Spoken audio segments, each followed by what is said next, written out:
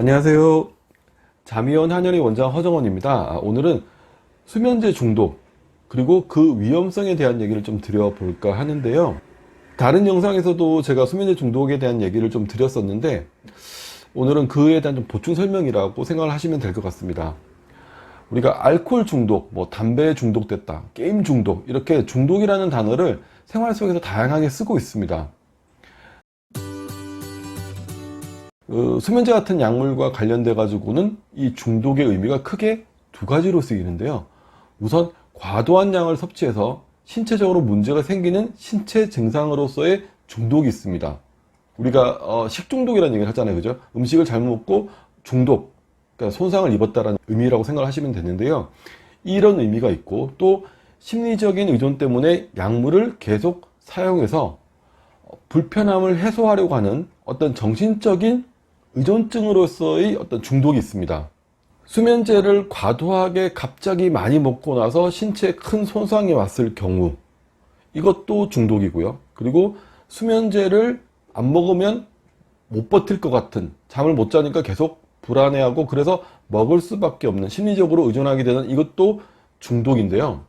제가 이제 진료를 한다거나 아니면 주변에서 흔히 말하는 수면제 중독됐어라는 얘기는 이 두 번째 의미, 그러니까 심리적으로 의존하는 중독의 의미로 쓰이는 경우가 많습니다. 중독이라는 건 어떤 특정 물질에 의존하게 되는 상태를 말하는데요. 해당 물질에 대해서 어떤 내성이 생기기도 하고요. 또 복용을 중단했을 때 특징적인 신체적 혹은 어떤 행동적인 장애가 일어나는 것을 증상으로 합니다. 원하는 양이 자꾸 늘어난다거나 이용하는 간격이 짧아지기도 하고, 그 시간에 섭취하지 않으면 왠지 불안하기 때문에 다시금 그 물질, 그 약을 복용하게끔 되는 상황이 생기게 됩니다. 수면제 중독의 경우에는 그 성분에 따라서 조금씩 차이는 있습니다. 특히 의사의 처방이 필요한 수면제 중에서 졸민이라든지 트리아졸람 같은 약으로 많이 처방되는 벤조디아제핀계 약물들은 의존성이라든지 금단 증상의 위험성이 조금 높은 편입니다. 반면에 비벤조디아제핀계 약물인 졸피뎀이라든지 스틸록스 같은 경우에는 비교적 의존성이라든지 금단 증상이 적은 편이기는 합니다. 하지만 이 역시 치료기간이 최대 2주에서 3주를 초과하지 않아야 한다라는 그런 지침이 있고요. 그리고 단기간에 의사의 처방에 따라서 투여 용량을 정확하게, 엄격하게 정해서 써야 하는 약물이기도 합니다.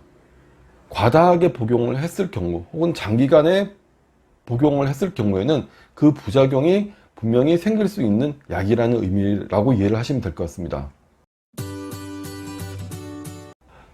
수면제를 처음 접하는 분들의 경우에는 아마 처음부터 수면제를 내가 이렇게 장기간 동안 의존하고 끊어내지 못할 거라고는 생각은 전혀 하지 못하고 복용을 시작했을 경우가 많습니다. 잠을 못 자니까, 잠을 못 자가지고 일상생활이 어렵다 보니까 수면제 힘을 빌리게 됐고, 자신도 모르게 점점 수면제에 의지하는 마음, 의존하는 마음이 생기게 됐을 거라는 거죠. 처음에는 반알 정도만 먹어도 잠을 잘 수 있었는데 계속 먹다 보니까 나중에는 한 알, 한 알로도 안 되네, 두 알, 두 알로도 안 되네, 세 알까지 이렇게 복용량이 자꾸 늘어나는, 많이 먹어야지 잠을 이룰 수 있는 그런 상황이 되기도 합니다. 이것이 바로 수면제에 대한 내성이 생겼다라는 증거라고 보시면 되고요. 이렇게 수면제 복용량이 늘어나게 되면은 불안감이라든지 우울감, 가슴이 답답하다, 이런 수면제 부작용도 점점 늘어날 수밖에 없습니다. 수면제 부작용 중에서도요, 낮 시간에 항상 머리가 멍한 느낌이라든지 인지력이라든지 집중력, 기억력이 떨어지는 이런 어떤 정상적인 컨디션을 유지하기 힘들어지는 것도 수면제에 의한 일종의 부작용이라 볼 수가 있습니다. 그래서 결국에는 수면제를 끊어내고 만성적인 불면증에서 벗어나겠다라는 마음을 갖게 되지만 이걸 실천하는 게 생각처럼 쉽지가 않습니다. 왜? 금단 증상 때문에 그렇죠. 특히 오랫동안 이렇게 수면제를 계속 드셔오셨던 분들 같은 경우에는 특별한 조치 없이, 뒤에서 받쳐주는 어떤 그런 백업 없이 갑자기 수면제를 확 줄이거나 갑자기 확 끊어버리게 되면 몸에서 그에 대한 거부감으로 금단 증상이 나타나게 되는데요. 오래 드셨을수록, 그리고 수면제에 대한 심리적, 육체적 의존이 심할수록, 그리고 많은 양의 수면제를 드셨을수록 금단 증상은 더 심하게 나타나게 됩니다. 금단 증상을 얘기할 때요, 가장 고통스러운 금단 증상 중에 하나는 뭐냐면 바로 불면증이에요. 반동성 불면증인데요, 수면제를 끊음과 동시에 이전보다 훨씬 더 심한 불면증과 함께 좀 심한 불안이라든지 공포가 찾아오게 됩니다.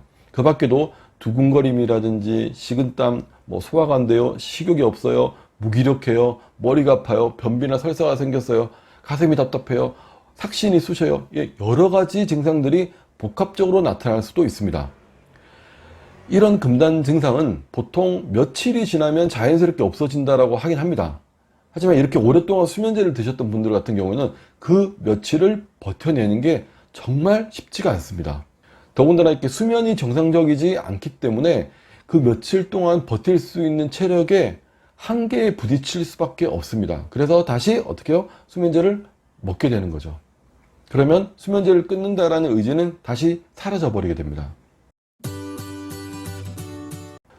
수면제를 끊을 때는 계획적으로 다른 치료와 병행해서 서서히 중단하는 것이, 서서히 줄여가는 것이 그 실패를 줄이는 방법이라고 할 수가 있습니다. 수면제를 끊는 방법에는 크게 두 가지가 있는데요, 점감요법과 격일법 두 가지가 있습니다. 우선 격일법은 수면제를 복용하는 일수를 줄여가면서 수면제를 끊어내는 방법인데요, 매일 먹던 약을 이틀에 한 번씩 혹은 3일에 한 번씩만 이렇게 먹는 방법으로 복용하는 일수를 줄여가는 방법이라고 볼 수가 있습니다. 그리고 점감법은 우선 현재 먹고 있는 수면제 양에서 반알씩 혹은 4분의 1알씩, 많이 먹고 있다면 한 알씩 이렇게 복용량을 조금 줄여서 먹는 거죠.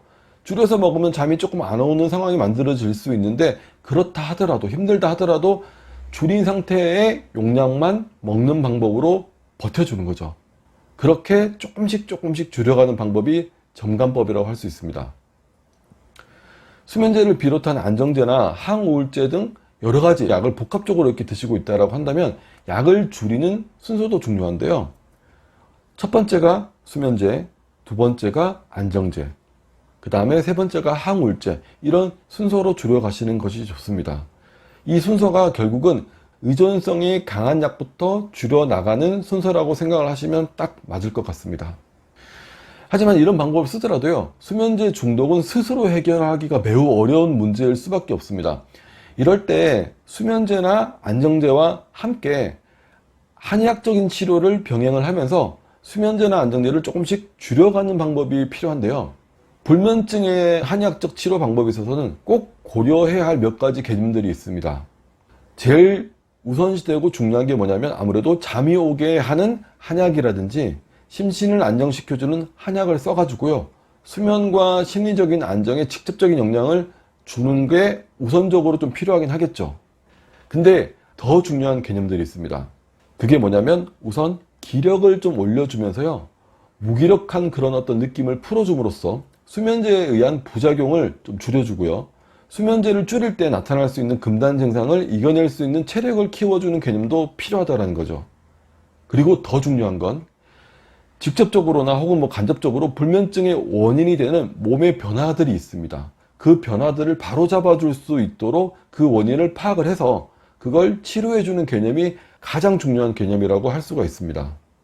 이렇게 치료할 경우에는 수면제처럼 즉각적으로 잠이 쏟아진다거나 아니면 먹자마자 바로 잠이 들어버렸다거나 이런 반응은 잘 안 나타나요. 하지만 몸과 마음이 좀 편안해지면서 그리고 좀 몸이 건강해지는 느낌이 들면서 서서히 잠이 스스로 찾아오도록 만들어준다는 그런 장점이 있습니다. 수면제를 끊기 원할 때 물론 본인의 의지도 필요하지만 금단 증상을 최소화하고 금단 증상을 이겨낼 수 있는 체력이나 여건이 만들어지는 것과 동시에 잠을 이루지 못하는 근본 원인을 찾아서 바로 잡아주는 치료가 필요한데요, 한의학적 치료가 그 역할을 해낼 수가 있다는 거죠.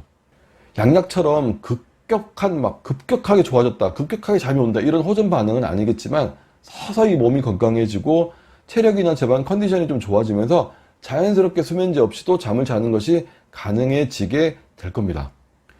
특히 이 약을 줄이거나 중독에서 벗어나기 위해서는 스스로의 마음가짐도 좀 중요한데요, 가장 중요한 건 수면제 없이도 잘 잘 거야, 수면제 없이도 잘 자야지 나는 수면제를 줄일 거야. 수면제 없이도 나는 잘 자야만 해. 라는 마음가짐보다는요, 수면제가 없으니까, 수면제를 줄였으니까, 며칠간은, 당분간은 내가 잠을 좀 못 잘 거야. 못 잘 수밖에 없어. 라고 생각하는 게 중요합니다. 하지만 잠을 못 자는 며칠을 버틸 수 있는 체력은 있어야 돼요. 그런 조건이 만들어진 상태에서 그래, 내가 며칠 정도는 내가 버틸 수 있어. 그 정도 체력은 돼. 그 정도 컨디션은 되는 것 같아. 그러니까 한번 버텨보자. 잠을 못 자는 그 며칠을 한번 버텨보자 라는 마음가짐을 가지는 것이 좋습니다. 오히려 이렇게 잠에 대한 집착을 내려놓으면요, 마음이 더 편해질 수 있습니다. 잠을 자야 한다는 그런 압박감이라든지 긴장감, 그리고 잠에 대한 집착, 잠을 잘 수 있을까 하는 그런 불안감, 이건 수면제를 줄여나가고 끊어내는 데 있어서 전혀 도움이 되지 않습니다. 금단 증상은 시간이 지나면 결국에는 사라질 거야. 사라질 수밖에 없어. 그러니까 금단 증상이야 라는 생각을 하시고 그걸 잘 기억을 하시면서 하루만 더 버텨보자, 이런 기분으로 조금만 더 힘을 내보실 수 있다라고 한다면 수면제를 줄이고 수면제를 끊어 나가는 것도 결국에는 성공을 하실 수가 있을 겁니다. 오늘은 수면제의 중독에 대한 얘기를 좀 들어봤는데요. 오늘 영상 여기까지 하도록 하겠습니다. 감사합니다.